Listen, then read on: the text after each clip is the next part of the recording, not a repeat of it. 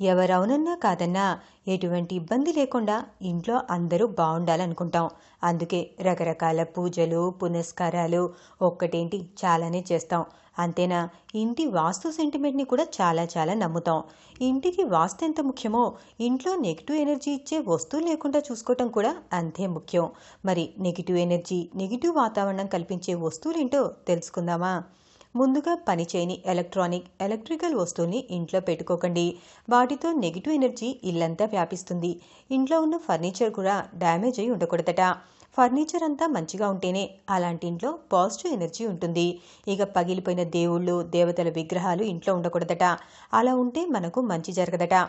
కనుక వాటిని వెంటనే తీసేయటం మంచిది. ఇక గోడలకు పెట్టే ఫ్రేమ్లు కూడా పగిలిన ఉంచకూడదు. వాటి వల్ల ఇంట్లో అంతా నెగిటివ్ ఎనర్జీయే ఉంటుంది. ఇక విరిగిన ఇంటి తలుపులు, పెయింటింగ్ ఊడిపోయిన తలుపులు, గోడలు కూడా ఉండకూడదు. అలా ఉంటే లక్ష్మీదేవి అనుగ్రహించదట. అందుకే వెంటనే వాటికి రిపేర్లు చేయించుకోవాలి.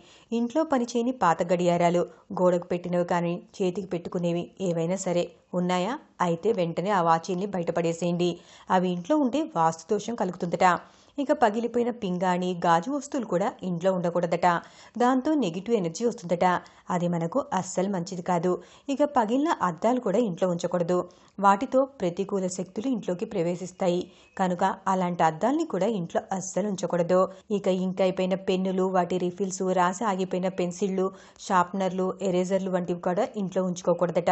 వాటి వల్ల కూడా మనకు అస్సలు మంచి జరగదట. వాటిని వెంటనే తీసేయాలట. ఇక పైన చెప్పిన ఈ రూల్స్ అన్ని పాటిస్తే ఇంటి వాతావరణం శుభ్రంగానూ ఉంటుంది, చూడటానికి ఇల్లు కూడా అందంగా ఉంటుంది, ఇంట్లో అందరూ ఆరోగ్యంగానూ ఉంటారు. మరి పాటిస్తారు కదా?